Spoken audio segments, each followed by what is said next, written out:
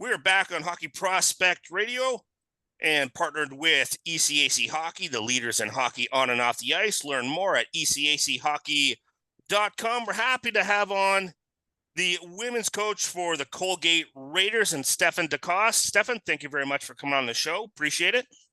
Yeah, my pleasure. Thanks for having me. This is an honor. Really appreciate it. It's great because we had a couple Western boys. We're both from BC, so it all works out. The hockey's always better when you got a couple Western guys together.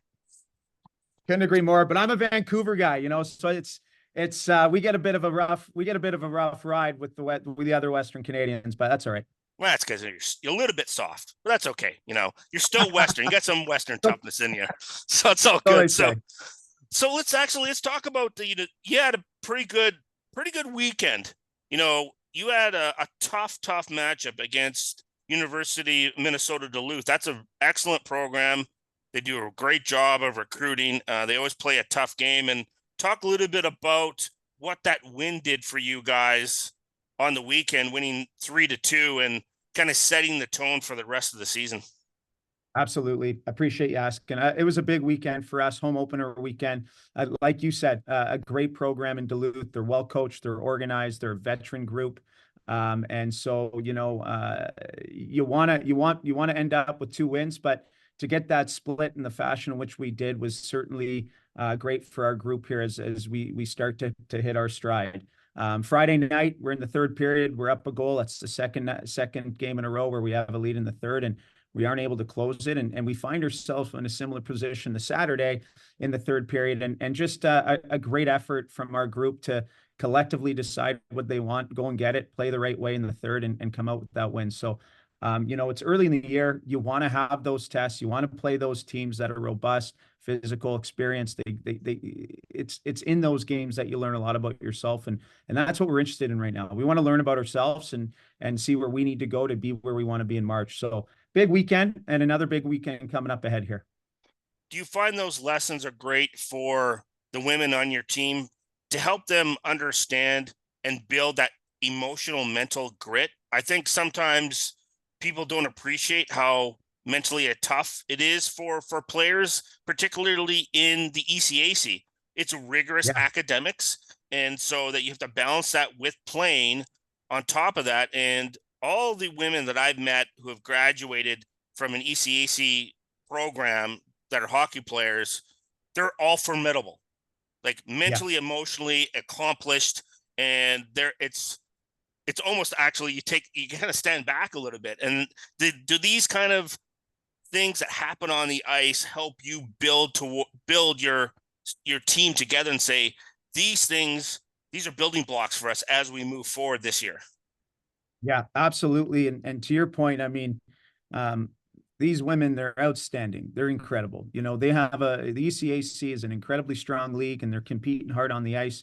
But then they head up the hill onto campus, and they're in classrooms with high achieving students. It's a competitive environment up there. It's remarkable the way that our athletes are able to compartmentalize things, be great academically, be great athletically. It is remarkable and something that we certainly don't take for granted. Again, these are the games we want early in the year. We want our collective character to be tested, to get a sense of who we are. What is our resolve? How are we? How resilient are we when things get hard? That's what matters. You learn the most about yourself as a team, an individual, when your back's against the wall and you're confronted with a significant challenge. How do you respond? Those are decisions. And so we want to put our program in those positions as much as we can, specifically earlier in the year. And that allows us to gain a real collective confidence and have a sense of where we're going. So it's fantastic. It's great. And it's where we want to be for sure. Question about that as well. I want to follow up. When you play the tough games right away and you kind of get smacked in the mouth hard in these situations, does it help you teach the players that here are the habits that we have to build so that they become behaviors? So then when you can just automatically react to the situation further down the season, it's about building habits to be behaviors. And this not only helps you obviously in your on ice, but off ice as well. because the same challenges you're going to have on the ice are the same challenges you're going to have off the ice. Yeah, it's a great point. That's exactly it. We want to build the right habits, specifically early in the year. When you play those strong teams, the margins are slim. You know this. The margins are slim, and you get away from your habits. The game's honest. You know that puck's going to be in the back of your net. You know, I think back at the first period on Saturday night. Duluth took the boots to us. Frankly, they came ready to play. Our goaltender kept it close, kept us was enabled us to stay in the game. But our habits weren't there. We were a little laggy. We weren't connected on the ice, and so when you play those tough opponents, the margins are slim and the game's honest. And so I think that's exactly it. We want to continue to water and build habits that are important for our style of play and who we want to be as a program. Because for us, our interest is continual improvement. We want to be the best at getting better. It's about March. That's when we want to be playing our best hockey. So we're teaching, we're building. Big part of that, to your point, is incorporating the habits that we feel are important for our style of play. I'm speaking with Stefan Decosse, the head coach for the women's Colgate University, the Raiders. Great name, by the way.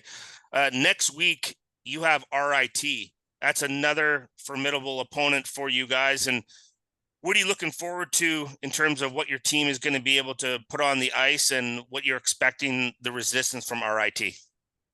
Yeah, looking forward to seeing our group being tested by a formidable opponent. We know from RIT they're going to compete. They're going to compete hard in all three zones. They're going to play with a certain tenacity. They're competitive. They're physical.